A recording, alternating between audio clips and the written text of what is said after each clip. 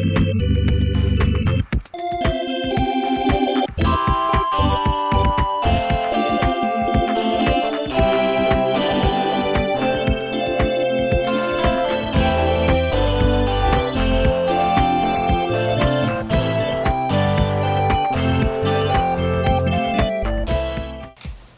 back to That's Life with John Carver. This is episode number 221. I'm calling this episode Mr. Parkinson Had It Right. Mr. Parkinson Had It Right. I've always been amazed by successful people and how they were able and are able to achieve extraordinary results consistently. I've had this mindset, I used to anyway, for a long time, that the most successful people must be born with the right genes or with super intelligence, when the more I study them, the more I realize that that's not true at all. Author Rick Johnson wrote one time, Charles Francis Adams, son of President John Quincy Adams and grandson of President John Adams, he kept a diary. So one day he entered, quote, "When fishing with my son today, a day wasted." His son, Brook Adams, also kept a diary, which is still in existence. On the same day, Brook Adams made this entry: "Went fishing with my father. The most wonderful day of my life." The father thought he was wasting his time while fishing with his son, but his son thought it was an investment of time. The only way I found over the years to tell the difference between wasting and investing is to know really one's ultimate purpose in life. If you think about your own purpose, if you think about your own life, at least in my world, I'm becoming more and more aware of how much time is wasted versus how much time is invested every day. Your day-to-day decisions, they add up faster than you think for your life. It seems that most people waste a tremendous amount of time. I'm sure you've noticed that in your own life. If you look back on your day, let's say just last week, if you look back and really think about how much time you actually wasted versus how much time you invested. Now let's say there was a deadline that you had to pursue. You would, more times than not, get that project done because there was a deadline. In fact, it's actually called Parkinson's Law. Let me kind of share with that philosophy or that rule with you. Cyril Parkinson, the British historian and author, said in 1955, quote, listen to this: "Work expands to fill the time available for its completion." Again, work expands to fill the time available for its completion. Think about that for just a minute.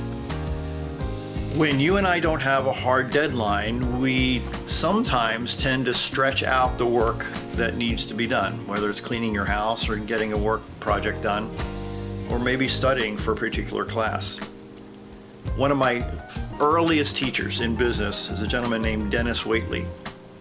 I think his was the first audio set that I bought. It was cassette tape way back when, if you're old enough to remember cassette tapes.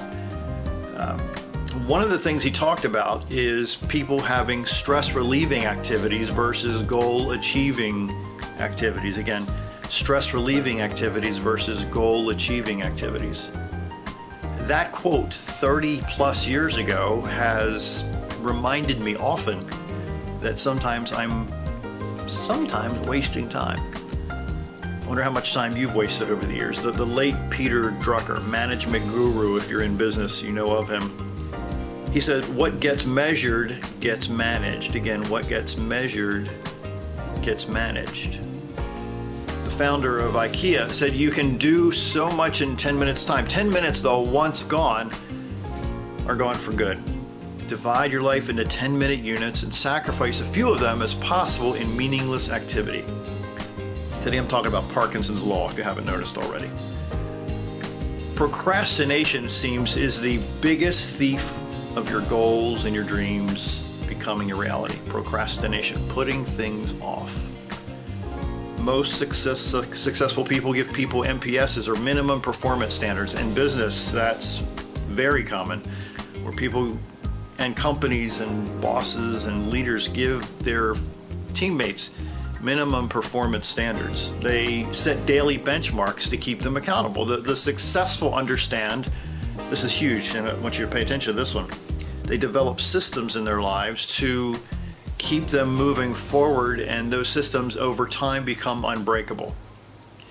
These systems, these daily systems, hourly systems, they morph into habits, which then create discipline, which makes it a lot harder to break those habits and systems. So when you have systems in your life, there's less time to waste. Again, when you create systems in your life and habits in your life, there's less time to waste.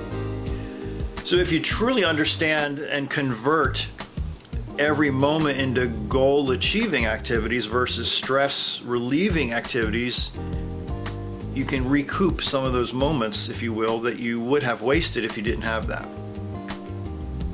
General Colin Powell said one time, the less you associate with people, the more your life will improve. Anytime you tolerate mediocrity in others, it increases your mediocrity. An important attitude in successful people, he says, is their impatience with negative thinking and negative acting people.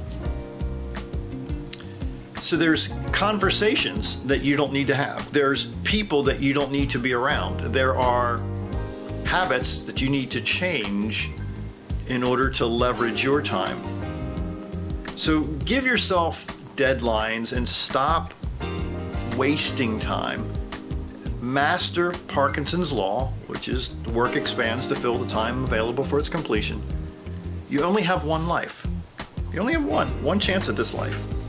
So stop wasting time. My name is John Carver.